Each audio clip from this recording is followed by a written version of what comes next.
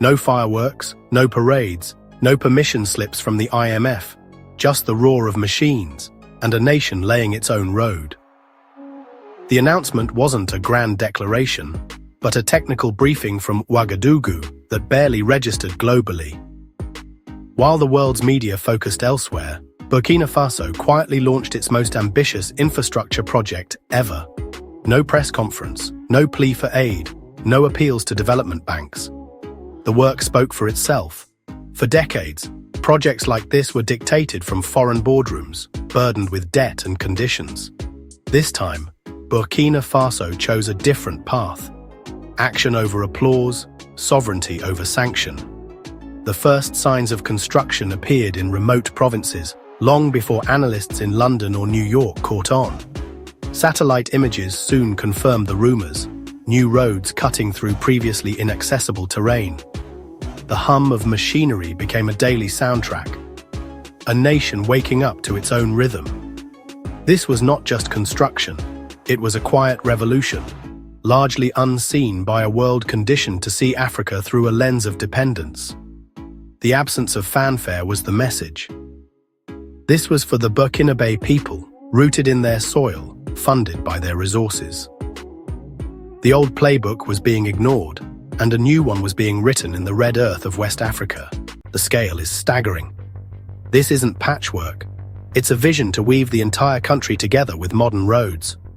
Thousands of kilometers will reach every region and province, connecting forgotten villages, agricultural heartlands, and security-challenged zones. For the first time, Burkina Faso's map is being drawn by its own people's aspirations. The goal, no community more than a short drive from a major artery, transforming the nation's economic and social landscape. Roads will link farms to markets, mines to processing centers, cutting out exploitative middlemen. These are lifelines, conduits for trade, security, and a shared national identity. The plan mixes paved highways, durable rural roads, and reinforced bridges, built for resilience in a tough climate. Work began simultaneously across provinces, signaling equitable development for all. This blueprint is more than infrastructure. It's a declaration of spatial justice and unity. Burkina Faso is building a nation from the ground up. Why now? Because decades of dependency on the IMF and World Bank brought little real progress. Burkina Faso's resources were extracted to service foreign debts, not to benefit its people. This road plan is a radical break, a move toward economic sovereignty and self-reliance. By funding the project internally, the country rejects the notion that Africa must beg for aid and accept stifling conditions. The roads are a physical rejection of the old model, a gamble that the era of dependency is over. The vision Burkinabe resources building Burkinabe prosperity, not enriching foreign creditors. It's about dignity, ending the humiliation of seeking permission to build, reclaiming the right to shape their own destiny. True independence is economic as well as political. Burkina Faso is paving its own path to the future. At the heart of this project is a new generation of African leadership. Captain Ibrahim Traoré is the face, but the movement is collective.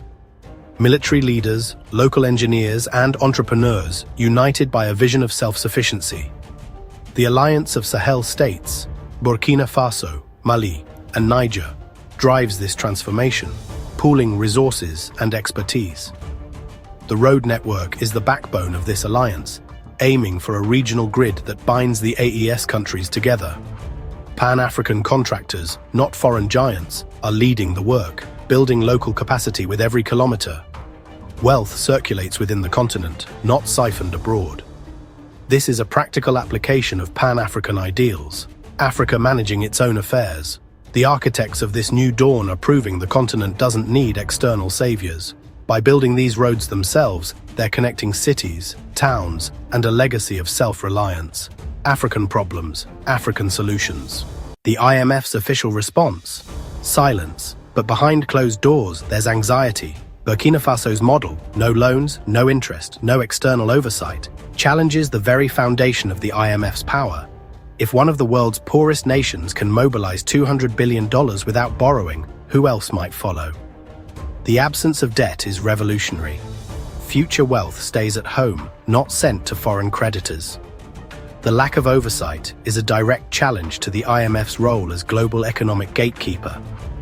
Burkina Faso's self-managed project is a vote of no confidence in Western technocratic superiority. If it succeeds, it shatters the myth that Africa can't manage its own development. The implications are profound. This is an alternative ideology taking physical form. The real fear in Washington isn't failure, but success. A self-funded Burkina Faso road network could inspire a continent-wide shift away from IMF control. Where's the money coming from? Not the IMF.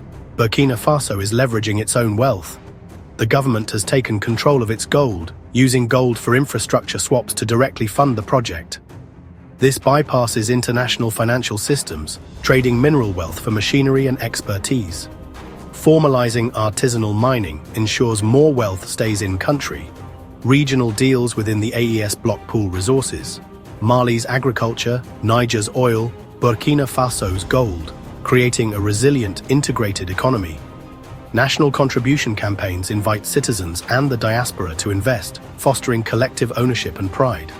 This isn't just a government project, it's a national movement. By combining mineral wealth, regional partnerships and people power, Burkina Faso is rewriting the rules of development. It's African self-reliance in action.